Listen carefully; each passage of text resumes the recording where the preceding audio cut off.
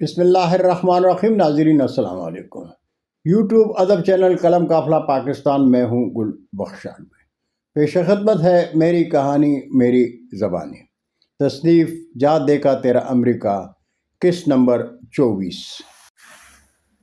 ناظرین حسب وعدہ 3 دن بعد مینڈوزا ایڈوکیٹ کا لیبر آفس کے لیے لکھا ہوا خط وصول ہوا تو میں نے امجد علی چودھری صاحب کو خط دکھایا تو آپ کہنے لگے آج کے بعد میں آپ کے ساتھ کسی آفس میں نہیں جاؤں گا، اس لیے کہ آپ کو اب میری ضرورت نہیں پڑے گی. آپ سب کچھ جان گئے ہیں، آپ روانی سے بات بھی کر سکتے ہیں. آپ دفاتر اور کورٹس میں اکیلے جائیں گے تو آپ میں خود اعتمادی پیدا ہوگی. چوہی صاحب نے غلط نہیں بتایا. اب مجھے گوروں کے دیش میں بیساکھیوں کی ضرورت نہیں تھی. چوہی صاحب نے امریکہ میں اپنے پاؤں پر کھڑے ہونے کے لیے وہ کچھ کیا جس کا میں سوچ بھی نہیں سکتا تھا. میں رات کی شفٹ میں کام کیا کرتا تھا، اس لیے دن بھر فارغ ہی رہتا. مینڈوزا ایڈوکیٹ کی ہدایت کے مطابق میں لیبر آفس گیا. لیبر آفس میں زیادہ رش نہیں تھا. اپنی باری پر لیبر آفیسر کے پاس گیا. اس نے لیٹر دیکھ کر میری فائل تیار کی، میری تصویر بنائی اور کہا کہ آپ کا ورک پرمٹ آپ کو 1 ہفتے بعد ڈاک میں مل جائے گا. میں نے آفیسرز کا شکریہ ادا کیا اور واپسی پر چودھری صاحب کو لیبر آفس کی ساری رودات سنائی تو چودھری صاحب نے کہا یہ خوشخبری آج ہی پاکستان میں اپنی بیوی بچوں کو دے دو کہ گرین کارڈ کی طرف میرا سفر شروع ہو گیا ہے. ناظرین 7-11 میں نائٹ شفٹ میں کام کرتے مجھے 1 سال ہو گیا تھا. میں انگریزی روانی سے تو نہیں بول سکتا تھا، لیکن زبان کے حوالے سے جو میری پریشانی تھی وہ بڑی حد تک دور ہو چکی تھی. چوہی صاحب بھی میرے کام سے مطمئن تھے. چوہی صاحب نہ صرف میرے ساتھ بلکہ اپنے سٹورز اور گیس اسٹیشنز میں اپنے ملازمین سے دوستانہ لہجے میں بات کیا کرتے تھے. ملازمین نے کبھی بھی چوہی صاحب کو مالک کی سوچ میں نہیں سوچا تھا. ایک دن چوہی صاحب نے ہم ملازمین کے لیے پیزا پارٹی کا اہتمام کیا. چوہی صاحب اور ان کے تمام ملازمین مجھے خان صاحب کہہ کر بلایا کرتے تھے. پیزا پارٹی میں شریک اپنے ملازمین سے چوہی صاحب نے کہا آج کی یہ پارٹی خان صاحب کے اعزاز میں ہے. یہ سن کر تو میرے کان کھڑے ہو گئے. چودھری صاحب نے کہا کہ خان صاحب کی شفٹ کی ویڈیو میں اپنے مینیجر کے ساتھ دیکھتا رہتا ہوں. خان صاحب کو انگریزی نہیں آتی، اس کے باوجود کسٹمر کے ساتھ بولتے ہیں. سال بھر میں کسی کسٹمر نے یا میرے مینیجر نے خان کی کسی بھی حوالے سے کوئی شکایت نہیں کی.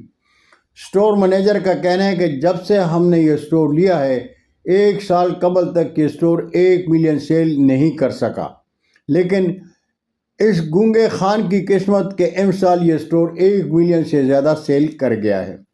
اس کے لیے خان صاحب مبارکباد کے مستحق ہیں. کام ہر کوئی ایمانداری سے کرتا ہے، لیکن کاروبار میں قسمت کا بھی بڑا عمل دخل ہوتا ہے. اس لیے آج سے خان کی تنخواہ میں $1 فی گھنٹے کا اضافہ کرتا ہوں. دوستوں نے میرے لیے تالی بجائی اور میری آنکھوں میں خوشی کے آنسو تھے.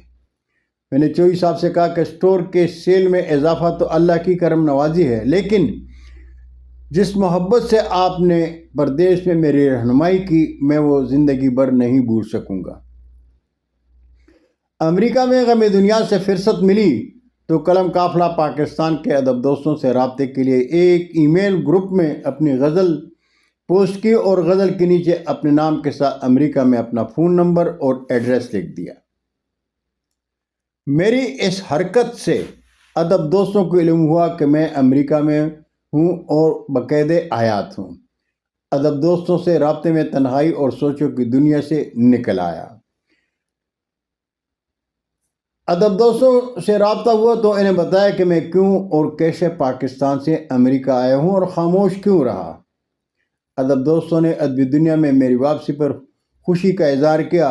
امریکہ میں بھی قلم قافلہ اور گل بخشالوی کے ادبی خدمات کے پرستار ہیں. ممتاز شعراء اور کالم نگار دوستوں نے امریکہ میں خوش آمدید کہا. اس طرح امریکہ کے ادبی دنیا کے علمبرداروں سے رابطے میں قلم قافلہ مہکنے لگا.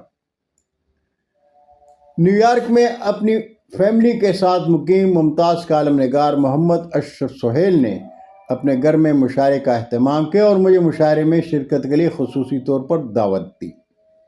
تو میں نے امجد علی چوئی صاحب سے ایک دن کی چھٹی کے لیے کہا تو چھٹی تو مل گئی، لیکن سیلم سے 400 میل دور اکیلے نیو یارک جانا میرے لیے مشکل تھا۔ ٹوپی ضلع سوابی میں میرے قریبی رشتہ دار مولانا محمد انیف صاحب باسٹن میں اپنی فیملی کے ساتھ مقیم ہیں۔ مولانا صاحب باسٹن کی ایک مسجد میں پیش امام ہیں۔ میں ہفتے میں ایک بار حنیف صاحب کے گھر چلا جایا کرتا تھا۔ ان کی فیملی کے ساتھ بیٹھ کر پردیش میں اپنوں سے دور ہونے کا غم بھول جایا کرتا تھا۔ میں نے علامہ محمد انیف سے کہا کہ میرے لیے اکیلے نیو یارک جانا مشکل ہے اور میں امریکہ میں شعراء سے ملنا چاہتا ہوں، اس لیے آپ میرے ساتھ نیو یارک جائیں۔ تو علامہ صاحب میرے ساتھ جانے کے لیے تیار ہو گئے۔ حسب پروگرام میں نائٹ شفٹ کے بعد گھر آیا اور سو گیا۔ ظہر کی نماز پڑھنے کے بعد میں علامہ صاحب کے گھر باسٹن آ گیا۔ ہماری بہو نے حسب سابق لذیذ کھانا تیار کیا اور ہم نے مل بیٹھ کر کھانا کھایا۔ پھر میں اور مولانا محمد انیف صاحب نیو یارک کے لیے روانہ ہو گئے۔ بہت شکریہ ناظرین، میری یہ کہانی میری زبانی کے ہر کس امریکہ میں امجد علی چوئی صاحب سنتے ہیں، اس لیے میری کہانی میں کوئی مبالغہ آرائی نہیں۔ امجد علی چوئی صاحب کہتے ہیں، آپ کی لکھی ہوئی کہانی سنتے وقت میں ماضی میں چلا جاتا ہوں اور ایسا لگتا ہے کہ آپ اور میں آج بھی اسٹور میں ایک ساتھ کام کر رہے ہیں۔ بہت شکریہ ناظرین، زندگی نے ساتھ دیا تو آپ بیتی کہ اگلی قسط میں انشاءاللہ پھر ملاقات ہوگی۔ اجازت چاہوں گا۔ اللہ ہم سب کے پاکستان کا حامی و ناصر ہو۔ پاکستان زندہ باد۔